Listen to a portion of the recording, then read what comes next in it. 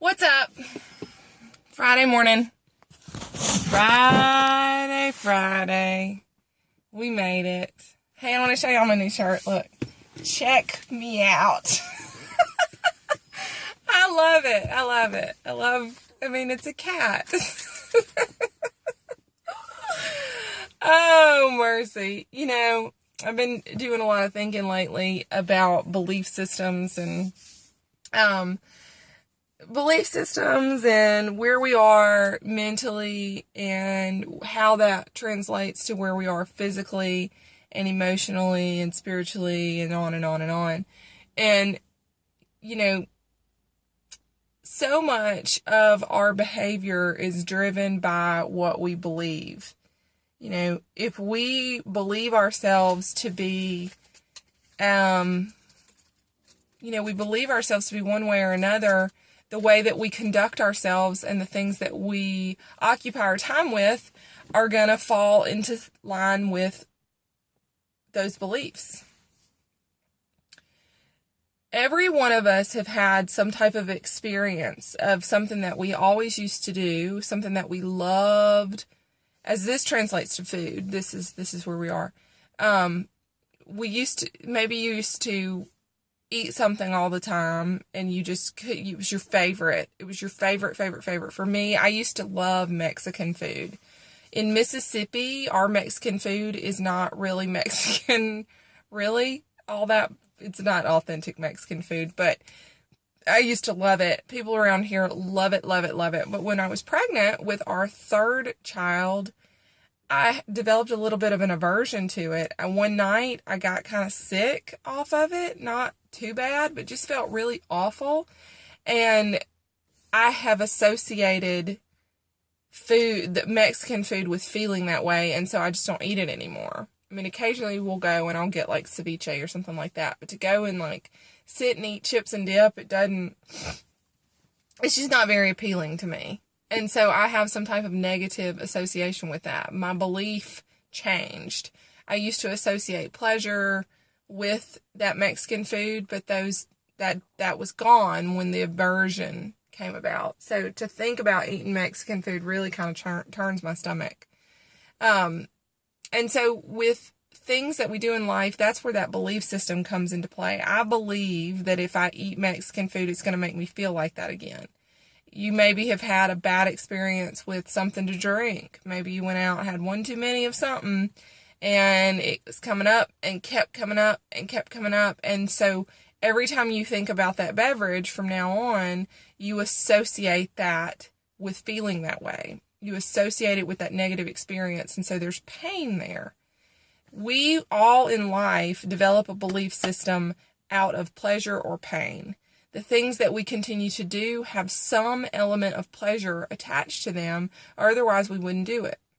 The things that are attached to some element of pain, we don't do those. We avoid those because as human beings, we have been created, and the way that we conduct ourselves is to get away from pain. We want pleasure.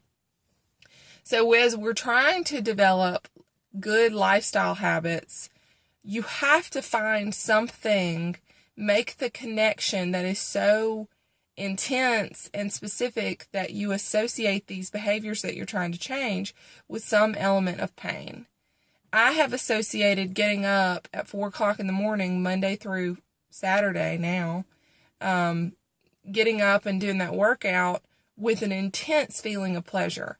My day goes amazingly well after I get up and I work out in the mornings. I feel more focused. I feel more disciplined. Physically, the way that I feel, I can't replicate that any other way than getting up at the crack of dawn or even before dawn to go work out. Same thing with food. I eat the same foods every day because I have associated pleasure with that. I have associated pleasure with meal prep. Even the short-term pain that's associated with meal prep, the time element of it, I can see beyond that and the pleasure that's going to come from that with saving me time and anxiety through the rest of the week because it's already done and it's been taken care of.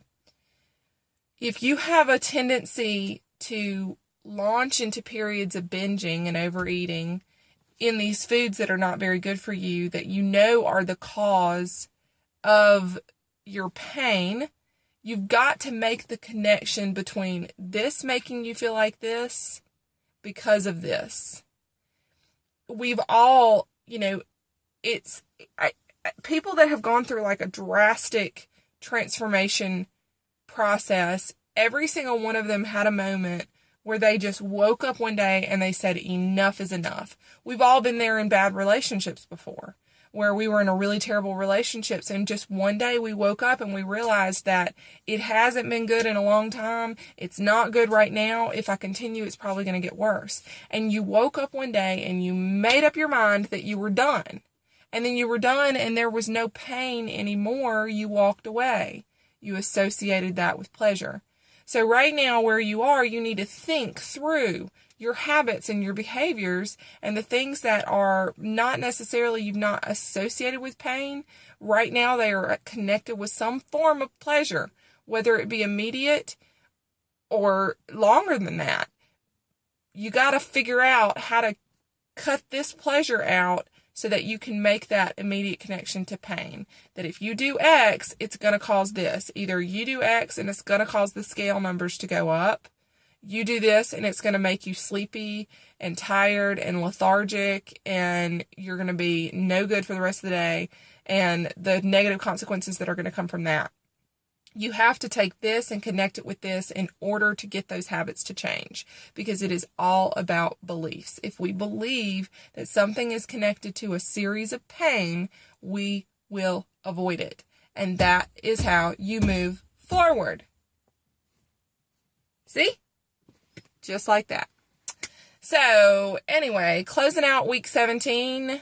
Next week begins week 16 of my prep. Things are going great. I feel very lean today. I just posted a picture so you guys can check it out. I feel that the body fat is coming down. I'll probably get it checked in another month or so. I don't know. My body is the way that it is, whether I know what my body fat percentage is or not. Does that make sense? Like, me jumping on the scale or me getting my body fat checked is not going to change what it is currently. It is what it is. But good things are happening because I look leaner, I feel. And I got on a cat shirt. So there's that.